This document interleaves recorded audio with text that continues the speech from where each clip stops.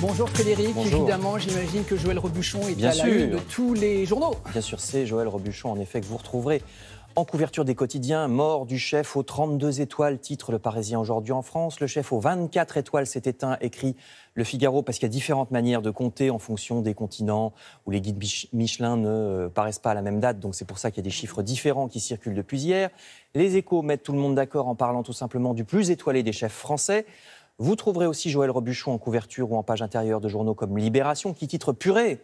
Allusion au plat emblématique du grand chef, une simple purée de pommes de terre, mais avec 200 grammes de beurre, faut ce qu'il faut. Oui, c'est ça. Il rejoint Les Étoiles, écrit joliment Lacroix, il rendait les gens heureux, souligne l'Humanité.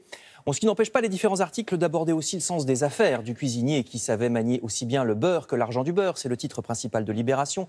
Dossier où on lit qu'après avoir appris la cuisine avec les bonnes sœurs du séminaire où ses parents l'avaient envoyé en pension, Joël Robuchon avait choisi, je cite, de coopérer avec l'agro-business, autrement dit les plats préparés industriels, puisqu'il acceptait d'apposer sa marque sur les plats sous vide qui n'avaient sans doute qu'un lointain rapport avec la cuisine de ses restaurants. Bon, ce qui n'empêchait pas ces assiettes d'être, je cite encore Libé, les mieux dressées de son époque, avec ses sauces équilibrées et ses goûts tranchés. Vous trouverez enfin dans Le Figaro une carte de l'Empire Robuchon avec des restaurants des États-Unis au Japon, de la Thaïlande à la Suisse et de Chine au Canada. Vous avez cette carte dans Le Figaro. Alors la plupart d'entre nous n'avons jamais eu la chance d'entrer dans un restaurant de Joël Robuchon, mais ne nous plaignons pas parce qu'il y a, hélas, aujourd'hui encore en France, des gens pour qui il reste difficile d'entrer tout simplement dans un commerce parce qu'ils sont handicapés et surtout parce qu'ils rencontrent l'incompréhension, pour ne pas dire l'hostilité, de certains commerçants. Je vous conseille cette histoire hallucinante, reprise par Le Parisien et Le Figaro. Ce jeune homme, lourdement handicapé, s'est vu à plusieurs reprises refuser l'accès à un supermarché de Toulouse. Pourquoi ? Parce qu'il a un chien. Mais c'est un chien de travail. La deuxième fois, le jeune homme a eu la bonne idée de filmer la vidéo. Il a eu raison, bravo. La vidéo publiée par Le Figaro est stupéfiante. Plusieurs personnes rappellent aux commerçants que c'est la loi. Un chien d'aveugle ou de personne handicapée peut entrer partout, Bien sûr. dans n'importe quel commerce, transport, musée. Taxi également. Partout, absolument partout, je ne peux pas dire mieux. Pourtant, on voit le commerçant qui refuse. C'est incroyable. Je vous conseille vraiment de visionner cette vidéo. Le groupe Carrefour a depuis présenté des excuses.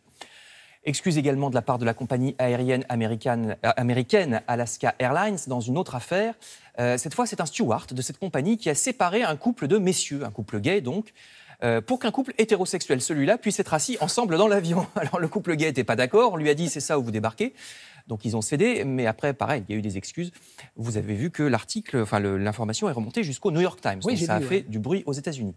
Et ces questions d'exclusion sont décidément le thème du jour. Hélas, je termine avec les Échos qui s'alarment à seulement un mois de la rentrée du fait que de nombreux jeunes bacheliers risquent de se retrouver laissés pour compte à la rentrée à cause du fameux système Parcoursup.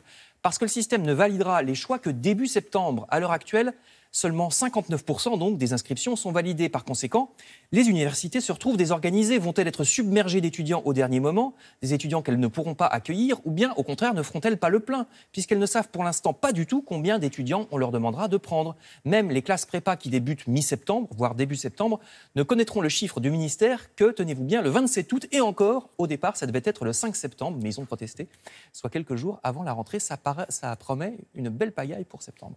Oui, on en reparlera probablement. Certainement. Merci Frédéric.